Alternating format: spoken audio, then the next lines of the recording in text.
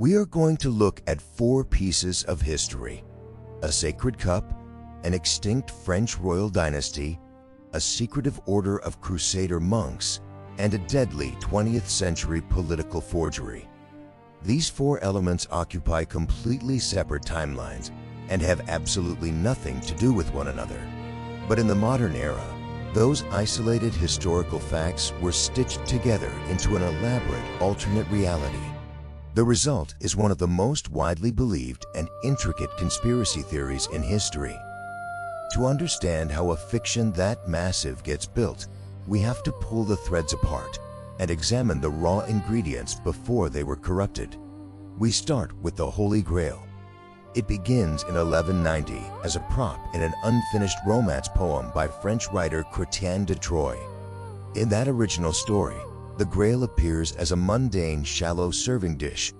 Over the next few decades, other writers picked up the unfinished story and added their own spin.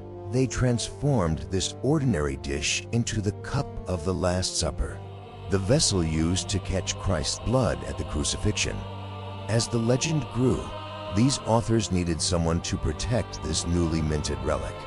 They retroactively wrote a real-world military order, the Knights Templar, into the fiction to serve as the cup's eternal guardians.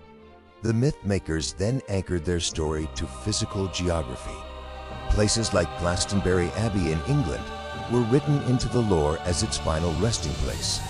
The Holy Grail began as a purely literary invention that slowly acquired a massive weight of religious meaning over the centuries.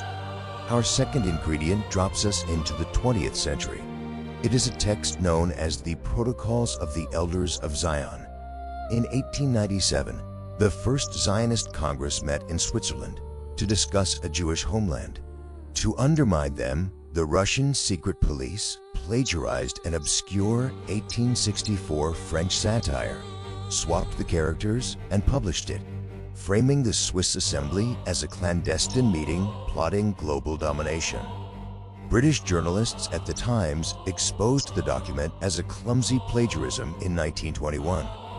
Even so, the forgery circulated worldwide and became a foundational text used by the Nazis to justify the Holocaust. Tying a medieval romance to a weaponized political forgery seems impossible. We have to find the bridge that allowed a cup of knights and kings to cross paths with a modern lie. Bridging that gap requires a dedicated con artist. Enter Pierre Plantard, operating in Paris in the 1950s.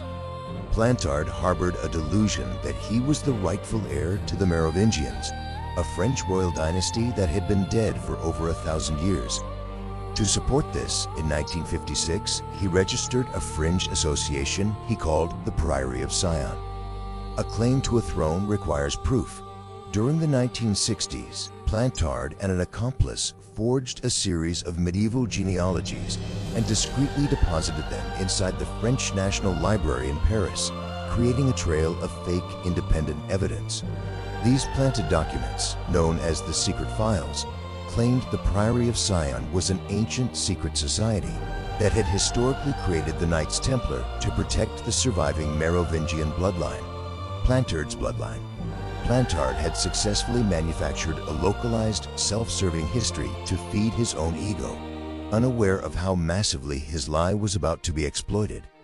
In 1982, 3 British writers published a book called The Holy Blood and the Holy Grail. They took Plantard's library forgeries and blew them up to a global scale. The authors escalated the claim, identifying the Merovingian kings as the actual genetic descendants of Jesus and Mary Magdalene. This linguistic shift transformed the Grail into a secret royal bloodline, reinterpreting the legendary cup as a biological secret, sangreal, or royal blood. They also integrated the Protocols of the Elders of Sion. The authors claimed the document was an authentic Masonic blueprint, drafted by Plantard's Priory of Sion, which had simply been stolen and altered by Russian agents. In a single stroke, this book welded together a medieval poem, a horrific political forgery, and a modern con man's paper trail into a unified alternative reality. The narrative functioned as a thrilling, perfectly constructed puzzle, though it lacked a single grain of historical fact. The entire scaffolding collapsed in 1993. During an unrelated legal investigation, Pierre Plantard was brought before a French judge. Under oath, he admitted that he had fabricated the Priory of Sion and forged the documents. Historians universally dismissed the claims, and the creator himself confessed to the fraud. Yet the synthesis of these ideas proved too compelling to let go. Instead of fading away, this fabricated history provided the factual premise for a blockbuster phenomenon, cementing the megamyth permanently into modern pop culture. The endurance of this myth reveals humanity's boundless desire to find a hidden, magical order in an otherwise chaotic world.